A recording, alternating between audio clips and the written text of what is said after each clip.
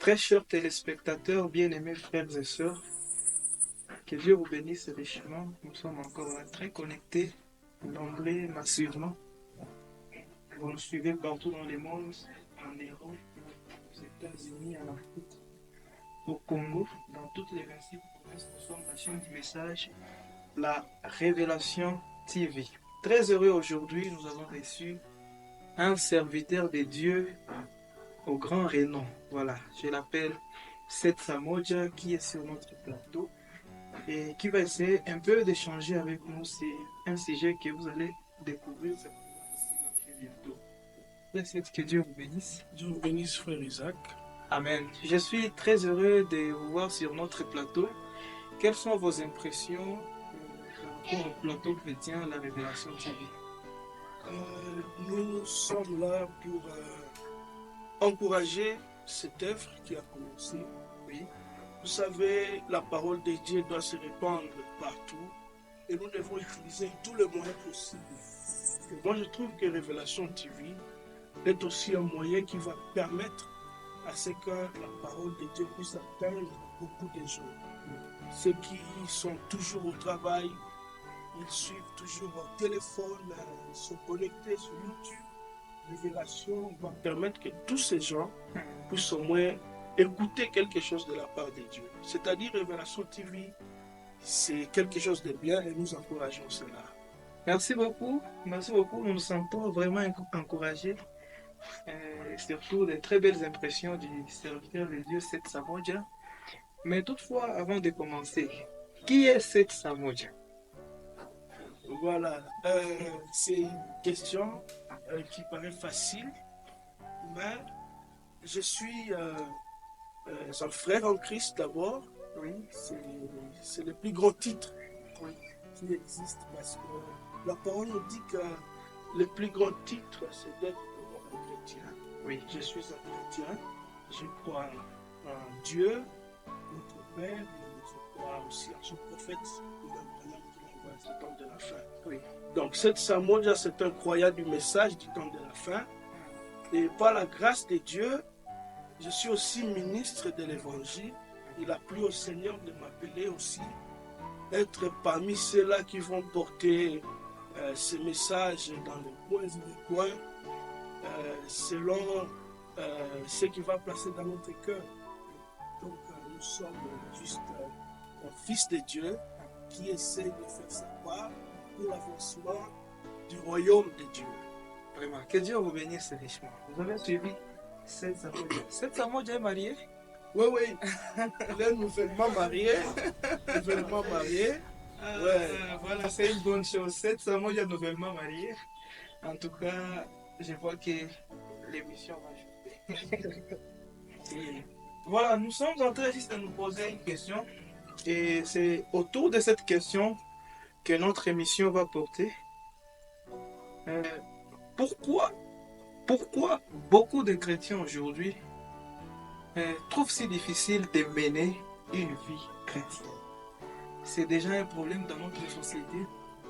Tous les coins, partout nous passons, même dans les églises du message, beaucoup de chrétiens trouvent si difficile de mener une vie chrétienne. Alors, nous allons essayer un peu d'analyser avec le serviteur de Dieu, Seth Samoja, et surtout à la lumière du message du temps de la fin que nous avons reçu. Et pour essayer un peu de voir c'est quoi les problèmes, qu'est-ce qui ne va pas, c'est quoi la cause, c'est quoi, et comment faire alors pour trouver une solution par rapport à ça, à la lumière du message bien sûr. Frère Seth, pourquoi aujourd'hui la vie chrétienne est devenue un problème Ouais. parmi tant des gens qui s'appellent chrétiens? Nous parlons, là vous avez bien parlé, quand vous dites parmi les gens qui s'appellent chrétiens. Oui, Nous voulons parler à la lumière du message. oui. Et on commence d'abord par la question pourquoi. Frère Branham dit que lorsque l'on pose la question pourquoi, ou lorsque Dieu pose la question pourquoi, c'est parce que initialement il avait déjà frayé une voie, il y avait déjà quelque chose à faire que tout le monde devait suivre, mais que ces gens n'ont pas fait cela. Alors Dieu pose la question pourquoi? Parce qu'il y a déjà une voie, mais que les gens ne suivent pas. Ok. Voilà donc le pourquoi de cette question. Alors, pourquoi beaucoup de gens, beaucoup de chrétiens trouvent si difficile de mener la vie chrétienne? Une question à se poser aussi avant de répondre, c'est de savoir, est-ce qu'au moins tous ceux-là que nous appelons chrétiens sont chrétiens? Est-ce qu'ils sont chrétiens? Parce que nous pouvons emballer tout le monde dans ce lot-là des chrétiens et dire que non, il y a beaucoup de chrétiens et peut-être il n'y en a pas. Oui. Et peut-être il n'y a que 2 ou 3. Oui. Oui. Donc c'est question d'abord de savoir c'est qui un croyant, un chrétien c'est qui, avant d'emballer tout le monde dans cette histoire, parce que c'est ce qui nous cause des problèmes. Vous avez dit que même dans le monde du message, dans nos églises et partout dans la société, il y a maintenant ce problème-là, les gens ne reflètent plus la vie de Christ. Et on se pose maintenant la question, pourquoi? Et nous sommes en train de découvrir que nombreux parmi ceux-là que nous appelons chrétiens, ils ne le sont peut-être pas. Parce que quand on parle de la chrétienté c'est une nouvelle vie. C'est une nouvelle naissance. Vous naissez dans une autre famille. Ok. Appelée la famille Jésus. Ok. N'est-ce pas? Et lorsque vous naissez dans une famille, vous portez la vie ou les germes de la famille dans laquelle vous venez d'appartenir maintenant. Et vous devez refléter l'image de cette famille. Donc, devenir chrétien, ce n'est pas la naissance. Est-ce que tous ces gens que nous traitons de chrétiens sont nés de nouveau? Voilà. C'est vous qui avez amené cette question, c'est vous qui allez la répondre aussi. Oui. Pour parler de la vie chrétienne, il faut la nouvelle naissance. Il faut naître dans cette famille pour être appelé chrétien. Parce que la parole nous dit que pour que vous puissiez appartenir à la famille Jésus, vous devez d'abord mourir en vous-même et naître de nouveau dans cette famille. C'est là que vous devenez membre de la famille Jésus. Mais ce qui est drôle est que nous avons beaucoup de gens qui ont suivi Christ comme... ils sont juste des fans. Ok. Le fan du christianisme. Ils savent, ils disent que le christianisme est la vérité, c'est une bonne chose, mais ils ne se sont pas encore fait enrôler. Ils ne sont pas encore nés dans la famille Jésus. Et comme la parole nous le dit, nous parlons à la lumière du message, il y a d'abord ce qu'on appelle la décision. Oui. Vous décidez de suivre Jésus-Christ. Et cette décision se prouve par le baptême dans beaucoup d'eau au nom du Seigneur Jésus-Christ. Amen. Alors après ce baptême-là, vient maintenant la chose capitale qui fait de vous un enfant de Dieu. C'est lorsque vous recevez l'Esprit de Christ en vous. C'est-à-dire lorsque vous êtes rempli du Saint-Esprit. Et c'est là qu'il y a le problème.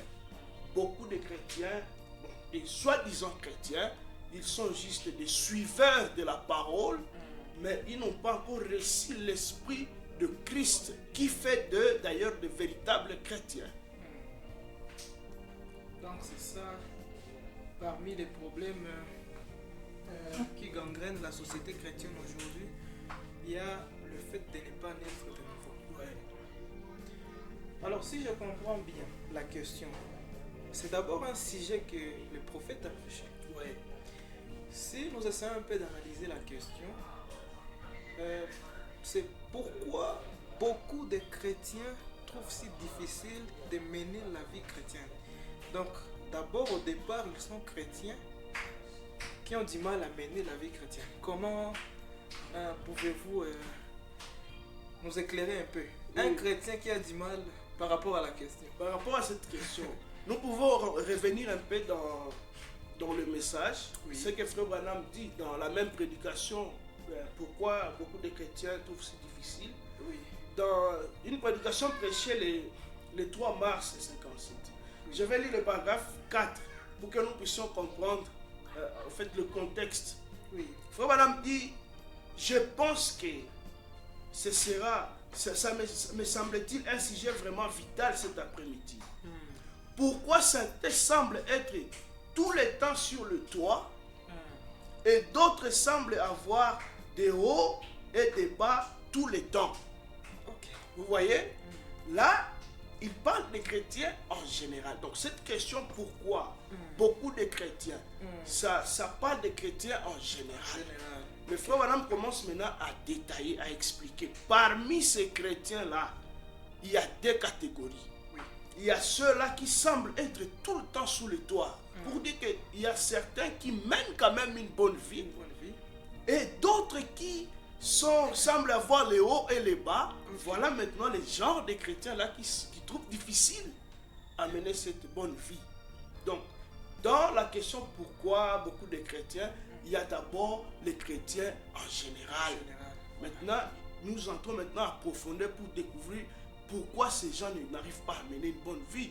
Et c'est là que nous découvrons que c'est parce qu'ils ne sont pas ancrés dans la parole. Ok. Ouais, Ils ne sont pas nés de nouveau. c'est ça. Donc d'abord, parmi les pistes de solutions pour qu'on arrive à mener une vie chrétienne, on doit naître de nouveau. Ça, c'est obligatoire. Obligatoire. Et à part cette piste de solution, il n'y en a pas d'autres pour mener. Oui, vous savez, lorsque vous naissez dans une famille, ou lorsque vous naissez de nouveau, comme Paul l'avait dit, il est arrivé à un certain moment, il pouvait changer de langage et dire que ce n'est plus moi qui vis, mais c'est Christ qui vit en moi. Donc, quand vous naissez de nouveau, quand vous avez Christ en vous, ça ne sera plus votre vie. Vous voyez? C'est ça même, moi je pense que la nouvelle naissance, c'est ça même le point principal Oui. de cette histoire de mener une bonne vie chrétienne. Oui. Parce que aussi longtemps que vous vivez à votre propre manière, vous menez votre propre vie. Or, quand on nous appelle des chrétiens, c'est-à-dire ce sont des gens qui ont cru à Christ, nous manifestons la vie de quelqu'un d'autre. Oui. Vous voyez, Jésus-Christ était passé sur la terre, il avait vécu, Oui. les gens l'ont vu. Oui. Et la nature soupire de voir le même Jésus Oh.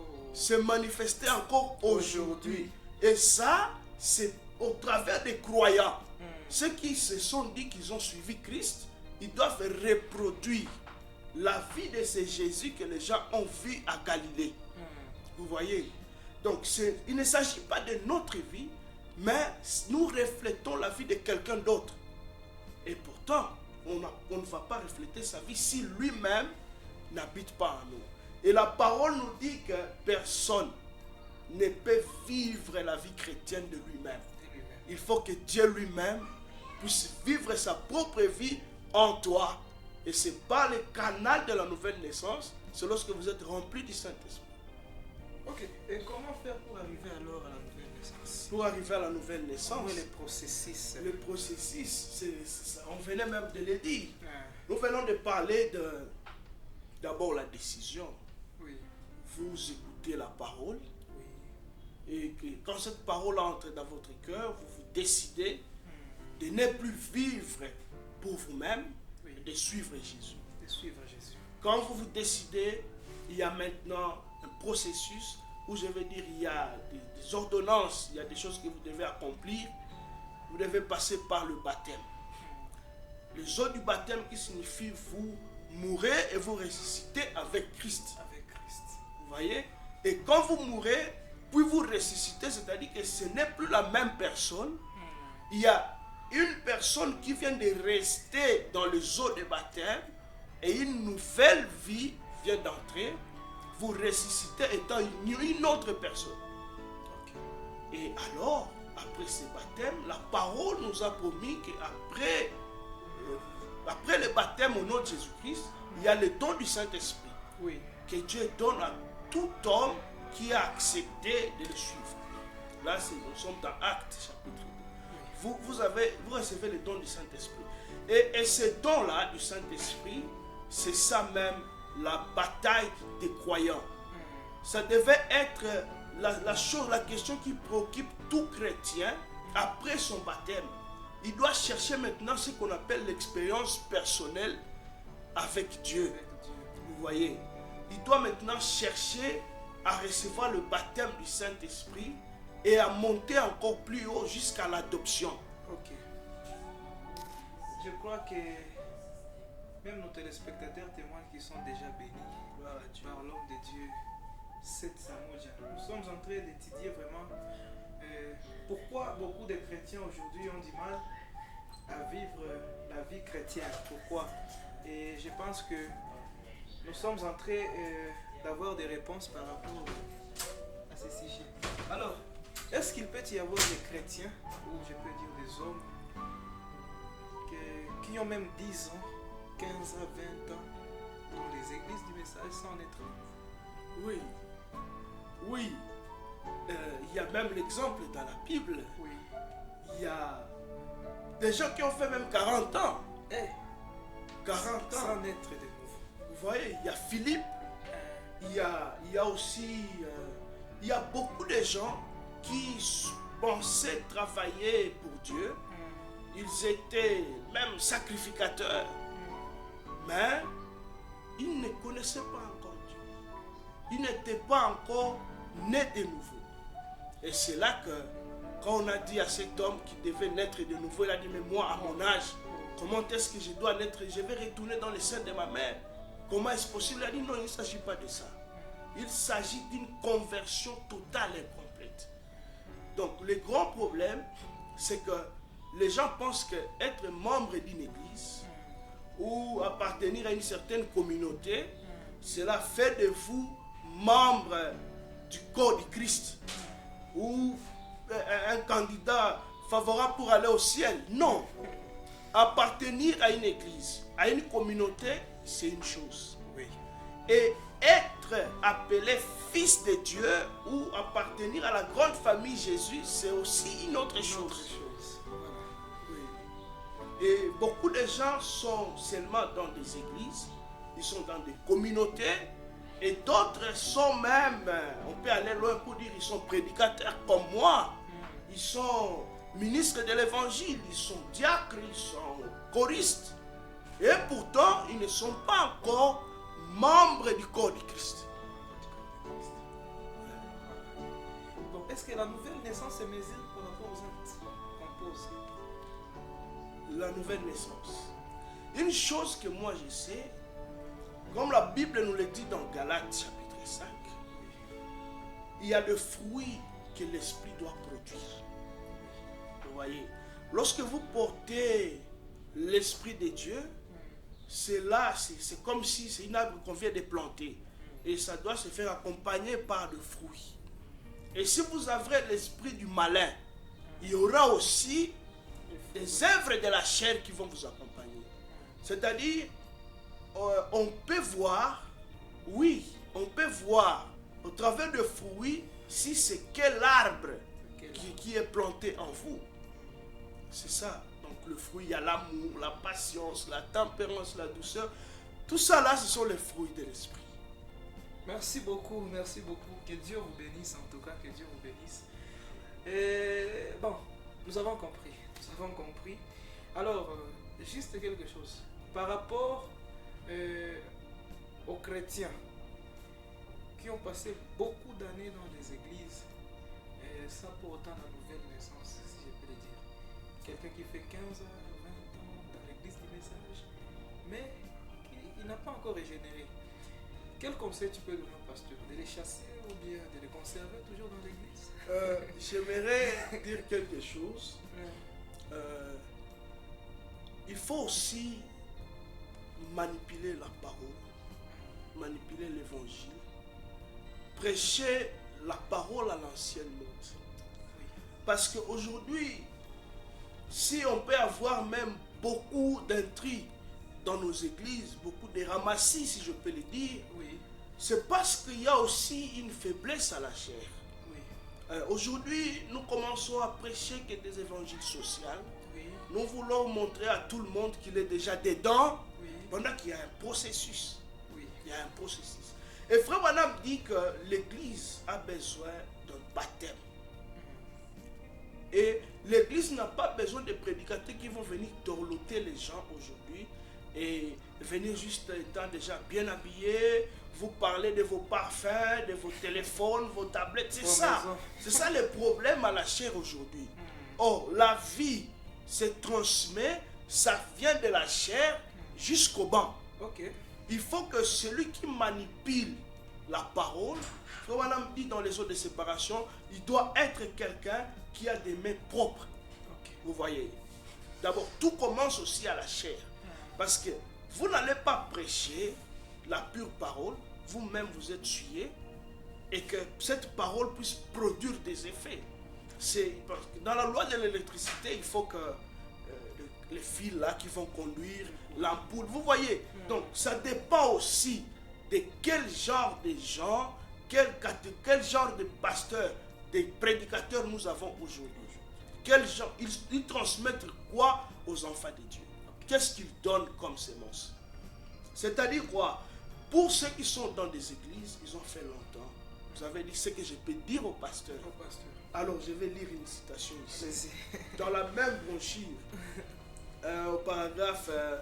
au paragraphe 13, là où nous étions toujours, Frère Branham dit, je vais directement au milieu.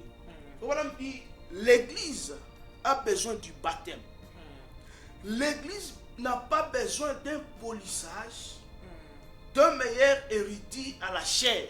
Ok. Vous voyez, d'un homme mieux habillé, d'une assemblée mieux habillée. Elle a besoin d'un cœur nouveau. Amen. L'église a besoin d'un cœur nouveau. C'est ce dont l'église a besoin.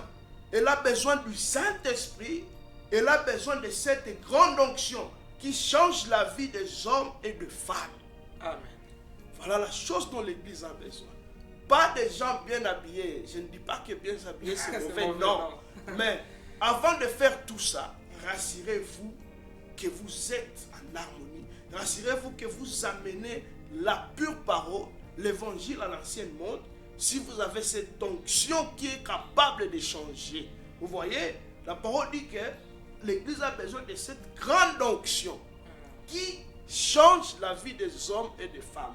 C'est-à-dire, il y a quelque chose qui vient de quelque part pour venir changer la vie de ces gens.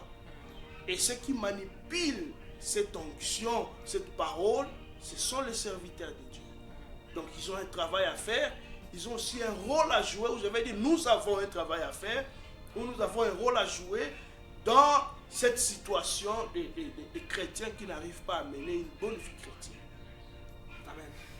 Je comprends. Malheureusement, la question n'a pas été bien achevée. Oui. À savoir si ces chrétiens qui, malheureusement, malgré les efforts fournis par les hommes de Dieu, ils n'arrivent pas à changer. Ils doivent être chassés des églises ou conservés.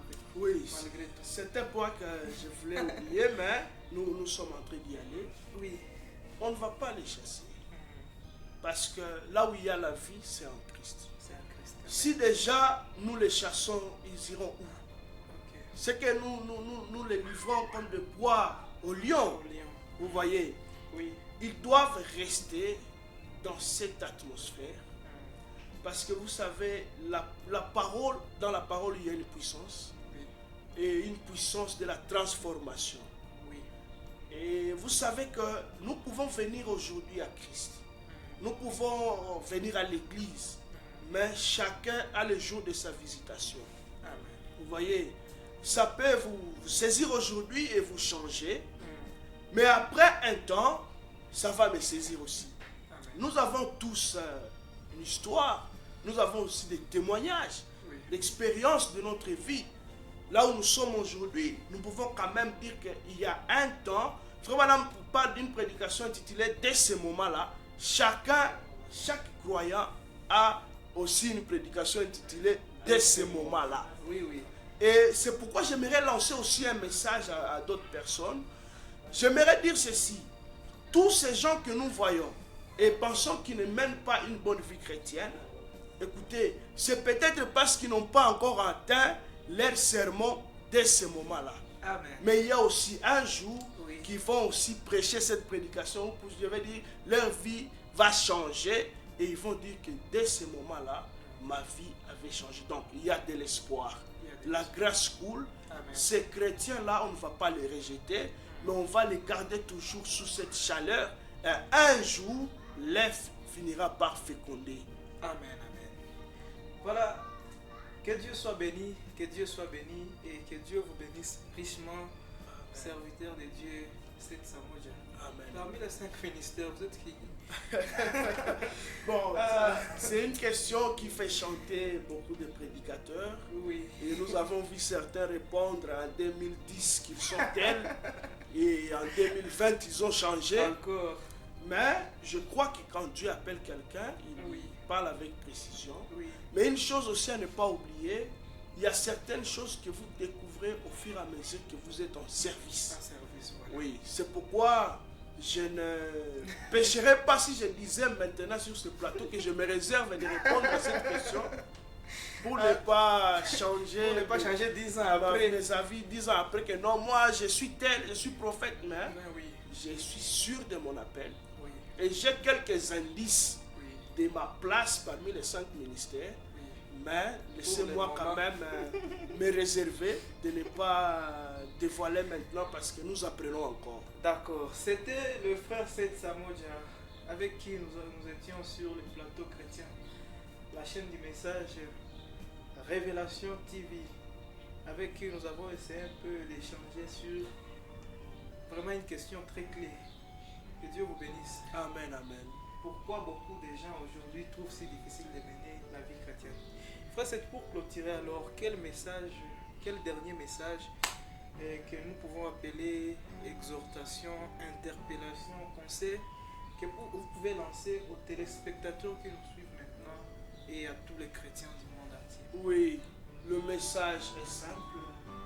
Nous sommes en train juste d'appeler chaque croyant, chaque personne qui aime Jésus là où il se trouve. C'est vrai, il arrive des fois que nous sommes en train de vivre. Cette vie chrétienne n'est pas facile. Oui. Et on peut traverser des moments difficiles et penser qu'on n'est pas un chrétien. Oui. Mais je vais juste interpeller quelqu'un, je lui dis que c'est le diable qui veut te tromper. Tu es un enfant de Dieu et il nous faut de la persévérance. C'est le message que je lance à tout croyant. Nous devons persévérer dans la foi. Peu importe les situations difficiles, peu importe ce que les gens peuvent dire. Et même si quelqu'un te disait tout haut que toi, tu ne mènes pas une bonne vie chrétienne, la solution c'est de revenir à genoux et dire à Jésus, remplis-moi de la force, de la capacité afin que je puisse y arriver. Vous savez, il y a une personne qui disait, lorsqu'il avait donné un témoignage, il a dit, c'est vrai, je ne suis pas encore arrivé. Mais une chose est certaine, je ne suis plus ce que j'étais. Ok. Chaque chrétien doit savoir que Dieu fait quelque chose dans sa vie. Il faut persévérer et un jour vous arriverez à la stature d'un homme parfait. Voilà. C'est le message que je voulais lancer à quelqu'un. Merci beaucoup. Déjà là, vous sentez, je suis déshydraté par l'onction. Que Dieu vous bénisse richement, que Dieu vous bénisse. Amen. Et merci d'être passé sur notre plateau quand même. Je crois que prochainement encore, vous serez les bienvenus. Oui. Et vous allez encore nous bénir davantage. Et si vous avez une question, vous avez une suggestion, quelque chose à demander, veuillez nous écrire même en commentaire. Si vous voulez poser la question au serviteur de Dieu par rapport à ces interventions, écrivez-nous juste la question, soit au 097 42 19 906 et nous allons la lui faire parvenir et il va vous répondre toujours à la lumière du message du temps de la fin. C'était un plaisir de vous voir sur notre plateau. Que Dieu vous bénisse. Amen, amen. Dieu vous bénisse aussi. Amen. Révélation TV. Restez toujours branchés et de très meilleures choses vous arrivent. Shalom. Mon appui dans les tourments.